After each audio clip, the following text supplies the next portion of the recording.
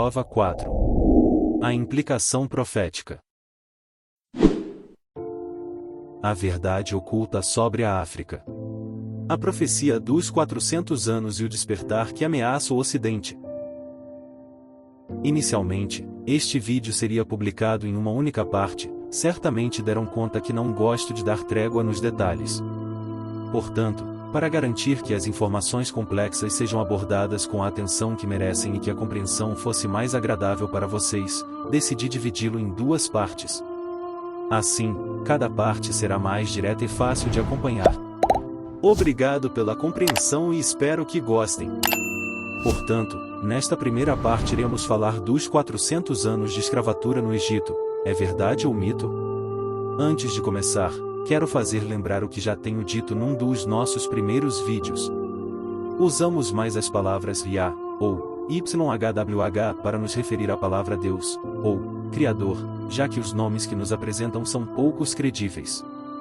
Usamos mais os nomes Yeshua, ou Yesu para nos referirmos ao Salvador a quem chamamos erroneamente Jesus. Se por acaso ouvirem a palavra Nzambi, Elimo, ou Elohim, saibam que está em substituição à palavra Deus. Devem saber fazer a diferença entre um israelita e um israelense. Um israelita é o verdadeiro descendente de Abraão, Isaque e Jacó, enquanto um israelense é quem adquiriu essa nacionalidade por viver ou nascer no território de Israel atual sem antes ser da linhagem de Abraão. Saber também que apesar de existir a palavra judeu a qual se refere ao povo de Juda ou Iuda, a mesma palavra também se refere à religião judaica. Manipulação bíblica. A verdade distorcida em favor de interesses pessoais. Não é novidade que a Bíblia é um livro complexo, a ponto que pessoas desprovidas de consciência humana genuína e pura lhe façam dizer coisas que ela mesma não disse. Muitos procuram na Bíblia palavras para distorcer o contexto e tirar proveito em benefício de interesses pessoais. Por meio de uma má interpretação da Bíblia, os homens saqueiam e abusam seus semblantes mais fracos. Por meio de uma má interpretação da Bíblia, homens mal intencionados matam, exterminam cidades, países, geração e civilizações sempre em nome de seus próprios interesses. Também por meio de má interpretação da Bíblia, os pan-africanistas versados na espiritualidade africana denigram YHWH, alegando que ele é um deus ocidental, destinado a servir os interesses do Ocidente. Pior ainda, o Ocidente fez crer aos verdadeiros filhos de Israel que eles pertenciam às nações pagãs, facilitando, assim, a ascensão de impostores e escravagistas casares que tomaram o lugar dos verdadeiros israelitas. Foi também com base nessa má interpretação que o mundo passou a acreditar que os israelitas passaram 400 anos como escravos no Egito. Sinto vergonha só de pensar que já acreditei nessa mentira. Para mascarar a usurpação, a barbarie e o papel de vilão que o Ocidente desempenhou contra o povo de Elimo, ver vídeo que fala desse nome, foi ensinado a todos que os 400 anos de escravidão e opressão anunciados em Gênesis 15 verso 13 ocorreram no Egito. Assim, eles acusam os africanos da maldade que eles próprios cometeram contra o mesmo povo. Hoje, o Ocidente enfrenta um dilema com o genocídio que os israelenses cometem contra os palestinos. Eles sabem que a nação a quem ajudaram a obter a nacionalidade israelense é, de fato, uma nação usurpadora de identidade. O genocídio e a confusão que esses supostos israelitas promovem contra o povo da Palestina, em nome de uma identidade espiritual que alegam ter, são completamente ilegais, repugnantes e condenáveis. Contudo, o Ocidente hesita em denunciar essa fraude de forma efetiva, pois isso levantaria a pergunta inevitável de saber: quem são os verdadeiros israelitas? Evitar essa pergunta é crucial para eles, porque, se forem forçados a enfrentá-la, terão de admitir que, assim como Judá, o Ocidente foi usado por YHWH para cumprir a missão amarga de escravizar e oprimir o verdadeiro povo eleito. Sim, você ouviu bem. Os 400 anos de escravidão e opressão previstos por YHWH em Gênesis 15 verso 13 referem-se, de fato, aos 400 anos de escravidão e opressão que os africanos sofreram nas mãos do Ocidente. Eu sei que, para muitos, o mito dos egípcios escravizando israelitas ainda prevalece, e talvez estejam, neste exato momento, debatendo mentalmente com o que estou a revelar. A atenção a este vídeo foi neste momento gelada, Posta em modo pausa e deu lugar à recolha de argumentos para tentar justificar a mentira que lhes foi ensinada repetidamente, domingo após domingos, ano após anos. Pode ser desconfortável, mas ninguém ignora que uma mentira repetida muitas vezes torna-se verdade na mente daqueles que a aceitam, mas lembrem-se, a repetição não transforma uma mentira em verdade. Portanto, parem de torturar vossas mentes tentando encontrar uma base ou versículo para apoiar a mentira que a religião lhes fez repetir como papagaios, pois nunca o encontrarão.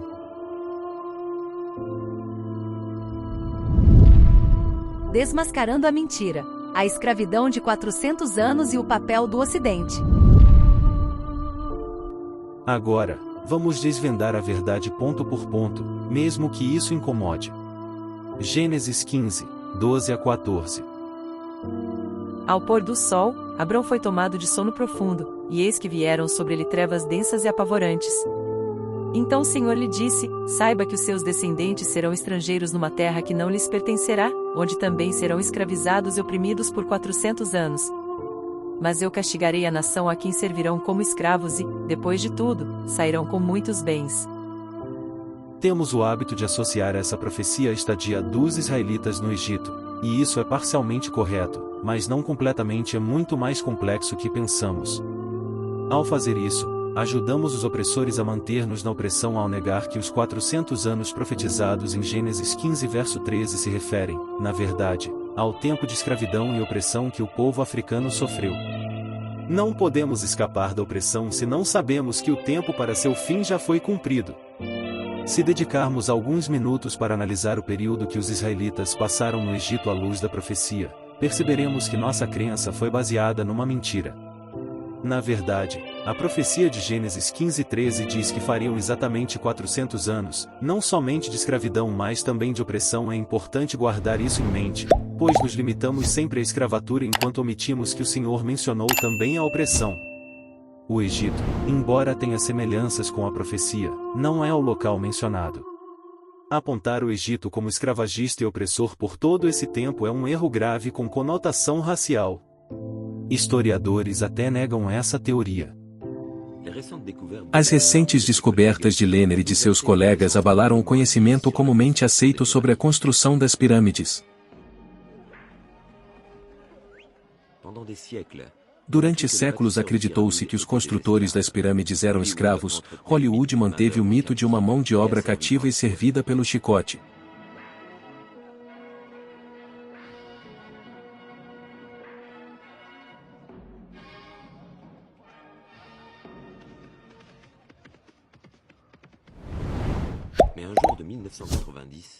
Mas um dia, em 1990, uma descoberta notável destruiu o mito para sempre. Foi um turista a cavalo quem abriu uma nova era no estudo dos antigos egípcios, um casco passando pelo teto abobadado de uma tumba selada na época dos faraós.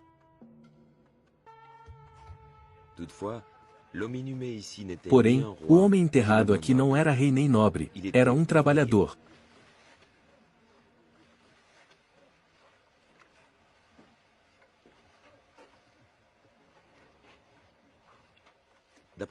Segundo o Dr. Zahi Hawass, diretor do Planalto de Gizé, o projeto e a construção destas tumbas sugerem que o homem que estava lá não era escravo. A dimensão deste túmulo, a forma da abóbada e também o interior revestido de gesso fazem-me pensar que este era o responsável por toda a administração dos trabalhadores. Este homem garantiu que todos vivessem bem. Eles iam trabalhar de manhã cedo e voltavam ao pôr do sol. Eles moravam numa aldeia e quando morriam, havia um túmulo para todos.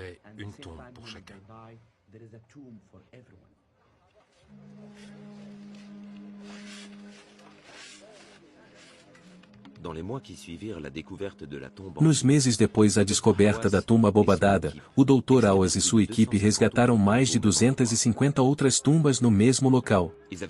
Eles haviam descoberto um cemitério inteiro para trabalhadores.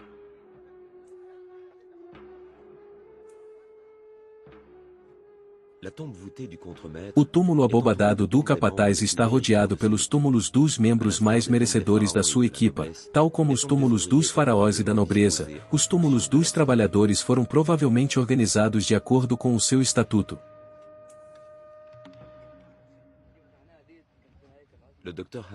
O Dr. Hawass descobriu que em alguns túmulos havia licencia de trabalho em hieróglifos, mais uma prova de que os antigos construtores de Gizé eram artesãos altamente estimados.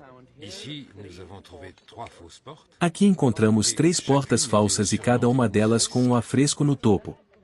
Nos títulos destas pessoas descobrimos inscrições hieroglíficas indicando que Ereb, Yers significa diretor de construção de tumbas, e que Saadi, Yers significa inspetores de construção de tumbas.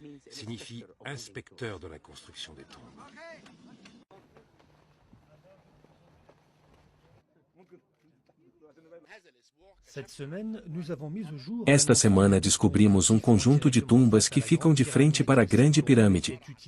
Essas tumbas foram usadas para enterrar gerentes de canteiros de obras e trabalhadores comuns.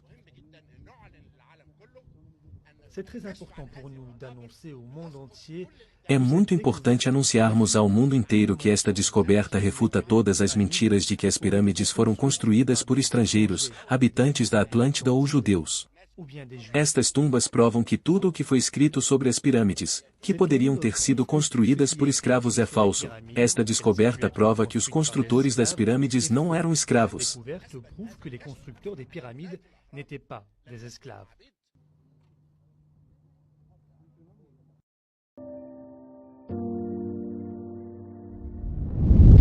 Tempo de paz e opressão. Uma revisão do período dos israelitas no Egito. Vamos analisar o livro de Êxodo capítulo 1 a partir do verso 5 ao verso 9, para nos ajudar a descobrir o local exato onde emergir para atingir as profundezas deste mistério a fim de fazer ressurgir na superfície a verdade que até hoje foi retida em segredo. Ao todo, os descendentes de Jacó eram 70, José, porém, já estava no Egito. Ora, morreram José, todos os seus irmãos e toda aquela geração. Os israelitas, porém, eram férteis, proliferaram, tornaram-se numerosos e fortaleceram-se muito, tanto que encheram o país. Então subiu ao trono do Egito um novo rei, que nada sabia sobre José. Disse-lhe ao seu povo: Vinde, tomemos sábias medidas a fim de impedir que ele cresça ainda mais, pois do contrário, em caso de guerra, aumentará o número dos nossos adversários e combaterá contra nós, para depois deixar nosso país assolado. O texto bíblico afirma que José morreu, depois seus irmãos, e por fim, toda aquela geração. E subiu ao trono novo rei que não conhecia José e seus feitos. Vamos analisar aqui o tempo que durou a estadia do povo de Israel no Egito e as razões que levaram o rei do Egito a não conhecer José. José, que havia sido vendido como escravo aos 17 anos, Gênesis 37:2, foi o primeiro a chegar no Egito, seguido por Jacó e seus filhos que tiveram que esperar 9 anos, que é a soma de 7 anos de abundâncias e 2 anos de seca. Gênesis 45:5. Jacó tinha 130 anos quando entrou no Egito, Gênesis 47:9, e viveu lá por mais 17 anos, Gênesis 47:28, morrendo aos 147 anos. José tinha 30 anos quando foi apresentado ao faraó, Gênesis 41:46, e 39 anos quando sua família chegou ao Egito. Viveu até os 110 anos, Gênesis 50:26. Isso significa o seguinte: do momento em que os israelitas chegaram ao Egito até a morte de José, passaram-se aproximadamente 71 anos. E ele dirigiu o Egito durante 80 anos. Em Gênesis 50:23, é dito que José viu a terceira geração dos filhos de Efraim. Sabendo que uma geração dura, em média, 25 anos, podemos constatar essa coincidência temporal. É evidente para todos que durante a vida de José, não houve escravidão nem opressão contra os israelitas no Egito, o que corresponde a esses 71 anos. Êxodo 12:40-41 diz o seguinte: o tempo que os filhos de Israel habitaram no Egito foi de 430 anos.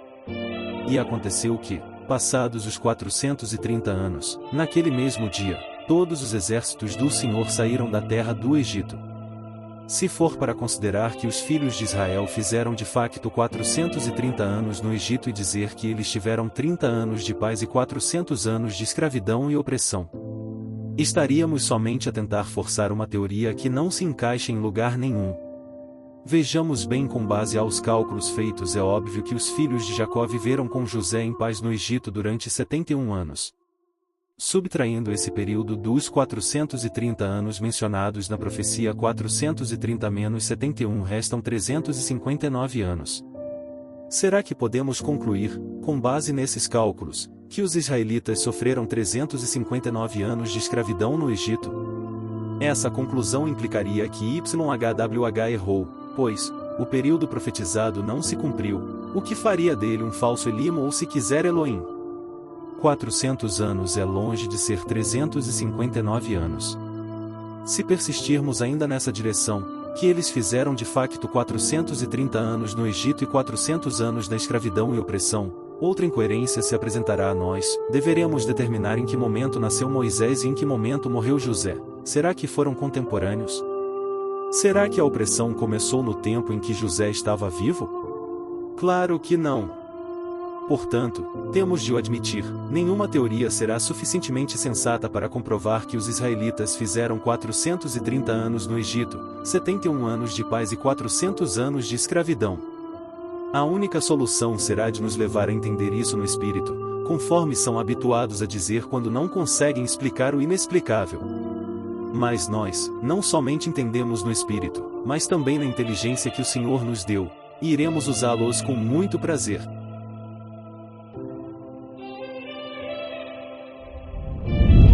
A verdade sobre o mito dos 430 anos passado no Egito e 400 anos de escravidão.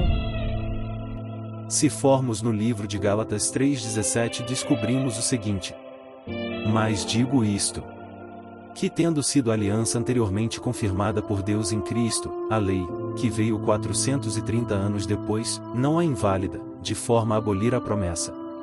Podem ler todo o capítulo para discernir o contexto.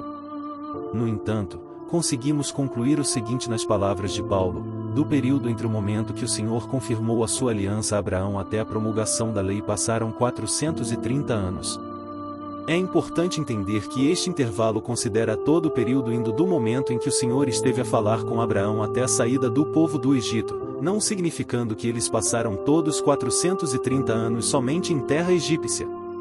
Esta passagem de Gálatas vem aparentemente em contradição com o que podemos ler em Êxodo 12, 40 a 41, onde se afirma que eles fizeram 430 anos somente no Egito.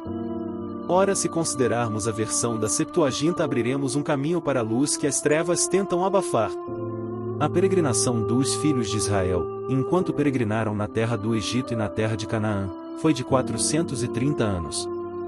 41 E sucedeu que após 430 anos todas as hostes do Senhor saíram da terra do Egito, à noite. Vemos claramente que a versão da Septuaginta confirma o que Paulo diz em Gálatas 3,17. Portanto, considerando que Abrão estava em Canaã quando recebeu a confirmação da aliança, percebemos uma conexão clara entre esses textos. Isso indica que algumas traduções de Êxodo 12, 40 a 41 são incorretas ao omitir a menção a Canaã, o que faz uma diferença significativa na interpretação e na compreensão. Esses 430 anos não se referem exclusivamente ao tempo que os israelitas passaram no Egito, mas abrangem desde a promessa feita a Abraão até o momento da libertação dos israelitas, conectando-se com passagens de Gálatas 3,17, onde o apóstolo Paulo menciona os 430 anos desde a promessa até a lei. Se for para considerar a versão aramaica, o Targum, descobriremos em Êxodo 12, 40 que na verdade eles fizeram somente 210 anos no Egito. Assim, a omissão de Canaã em certas traduções pode criar a impressão de que o povo esteve 430 anos somente no Egito, o que distorce a cronologia bíblica. A passagem de João 8 verso 30 a 33 deveria chamar novamente nossa atenção, pois é um versículo que já lemos e ouvimos várias vezes, mas a realidade desconfortável é que o africano e o cristão, ou seja, o religioso, foge o confronto, tanto com essa passagem como com muitas outras passagens. Os angolanos, e principalmente os religiosos, estão presos em uma espiral de engano, relutante em sair por medo de como os outros o veriam. Essa falta de coragem crítica o mantém alheio aos mistérios que as Escrituras realmente revelam. Lemos o seguinte em João 8 a partir do verso 31. Então, dizia Yeshua aos Teudim, judeus que nele creram: se vós permanecerdes na minha palavra, verdadeiramente sois meus discípulos. E conhecereis a verdade, e a verdade vos libertará. Eles responderam-lhe: nós somos a semente de Abraão, e nunca fomos escravos de nenhum homem. Como dizes tu, e sereis feitos livres? Respondeu-lhes Yeshua: na verdade eu vos digo, todo aquele que comete pecado é servo do pecado. E o servo não permanece para sempre na casa, mas o filho permanece para sempre. Se, pois, o filho vos libertar, verdadeiramente sereis livres. Entendam aqui o que está a se passar. Yeshua está a falar aos fariseus sobre liberdade. Qual foi a resposta deles? Primeiro, somos sementes, entendam por ali descendente de Abraão. Eles neste momento remontam a história deles ao patriarca Abraão. Literalmente eles olham a partir de Abraão e procuram em toda a história deles e dizem: nunca fomos escravos de nenhum homem. Será que eles eram amnésicos?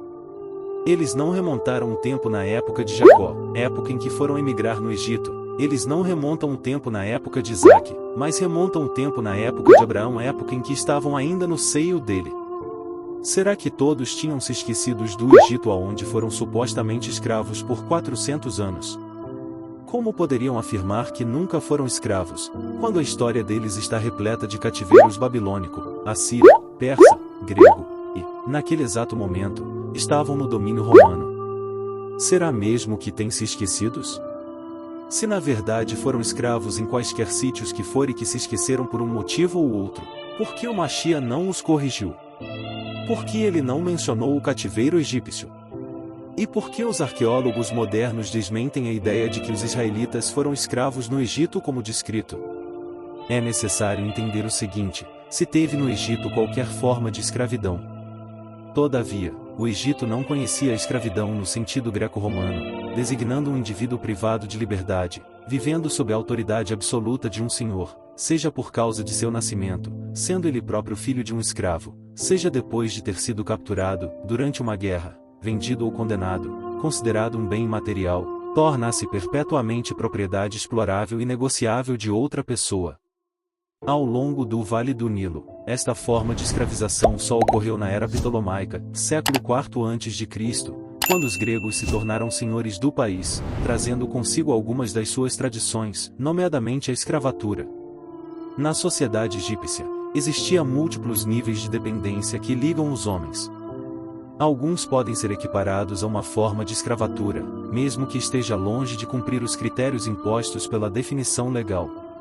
A escravidão no tempo em que os hebreus estavam no Egito não tinha o mesmo sentido ou a mesma conotação que o tempo em que estavam sob dominação greco-romana, nem se compara com a escravidão no comércio triangular. Mesmo que seja um livro controverso e que contradiga a Bíblia em certos lugares, no entanto, o livro dos justos nos dá informações cruciais que poderiam encerrar o debate sobre este assunto. Os hebreus que estavam em escravidão no Egito recebiam um salário, pelo menos no início da obra, que por algum motivo malicioso, foi tirado deles e consequentemente começaram a ser oprimidos. No entanto, os seus irmãos, os levitas e membros das suas famílias não eram submetidos a esse tratamento. Nessa senda, é pouco provável dizer que eles foram escravos no sentido em que conhecemos essa palavra e no sentido que os hebreus do tempo de Cristo definiam. Em resumo, é importante destacar que, se os hebreus realmente foram escravos no Egito, é impossível que tenham passado mais de 210 anos no país, nem é provável que tenham vivido mais de 140 anos em escravidão, pois comprovamos que estavam 71 anos na proteção de José. Porque o novo rei do Egito não conhecia José. Êxodo 1, verso 8. Então subiu ao trono do Egito um novo rei, que nada sabia sobre José. Considerando que os egípcios eram um povo altamente instruído, responsáveis pela criação das pirâmides, pela matemática, filosofia, escrita, papiro, entre outros avanços, é improvável que não soubessem sobre a história de José. Eles possuíam registros escritos e oral, não se pode justificar que um rei do Egito subisse ao trono sem conhecer José. Irão alegar que a Bíblia é quem diz. Sim, ela é quem disse. No entanto, a pergunta permanece: como justificar o desconhecimento do novo rei do Egito? A razão pela qual o rei do Egito não conhecia José pode ser entendida de duas maneiras principais. Em primeiro lugar, isso pode se referir a uma mudança dinástica, onde um novo faraó, que não estava familiarizado com a história de José e o povo de Israel, assumiu o trono. Esse faraó, ao não reconhecer a contribuição de José, optou por romper a aliança anterior e rejeitar qualquer laço de lealdade com os hebreus. Além disso, os versículos que seguem deixam pensar que o novo rei do Egito, tomado de histérico, temia que os israelitas se juntassem aos seus inimigos para guerrear contra ele. A preocupação do rei do Egito corresponde aos nossos dias. O novo rei do Egito é preocupado com a superpopulação israelita, a ponto de se sentir ameaçado que começa a exterminar os novos nascidos de Israel. A opressão contra os filhos de Israel começou, conforme o texto sugere, na geração de Moisés. Essa é uma analogia com o que acontece nos dias de hoje, onde a preocupação das elites ocidentais gira em torno do crescimento da população africana, que tentam controlar através de políticas de controle de natalidade e disseminação de doenças. É por essa razão que o Senhor nosso Iá está a acordar o espírito dos filhos dele conforme fez no tempo de Moisés. Por outra, notamos que o plano macabro de matar todos os novos nascidos dos filhos de Israel se fez não somente quando deram conta da força dos filhos de Jacó, mas foi também nesta mesma época que nasceu a Moisés, época de liberdade, e falaremos disso com mais detalhes em outros vídeos. Portanto, foi no nascimento da geração de Moisés que se começou a opressão contra os filhos de Israel, não antes. É o mesmo que está a acontecer nos nossos dias. A preocupação da elite europeia e ocidental em geral é de ver o quão grande e forte a população negra se tornou. É por isso que estão a tentar nos picar com os venenos deles, a esterilizar as mulheres, nos injetar produtos venenosos a fim de criar vários tipos de doenças. Sabemos que o HIV, uma doença criada por eles, foi propagado em massa em África com o objetivo de eliminar ou diminuir drasticamente a população negra. Sabemos também e já temos dado as referências num dos nossos vídeos passados que as mulheres da Etiópia, da tribo que foi reconhecida como sendo descendente dos israelitas, foram também esterilizadas sem lhes dar a conhecer. Apesar disso tudo, os planos deles nunca são bem-sucedidos, pois a população africana nunca para de crescer porque o Criador é com eles. Fecha aspas. É evidente pela narrativa bíblica que a opressão começou poucos anos antes do nascimento de Moisés. Pois o mesmo rei que planejou contra a população é o mesmo que ordenou o assassínio de todos os bebês de sexo masculino, e isso no nascimento da geração de Moisés. Este é uma prova de que a escravatura e a opressão do povo de Israel no Egito não poderiam ter durado 400 anos, se começou pouco antes do nascimento de Moisés.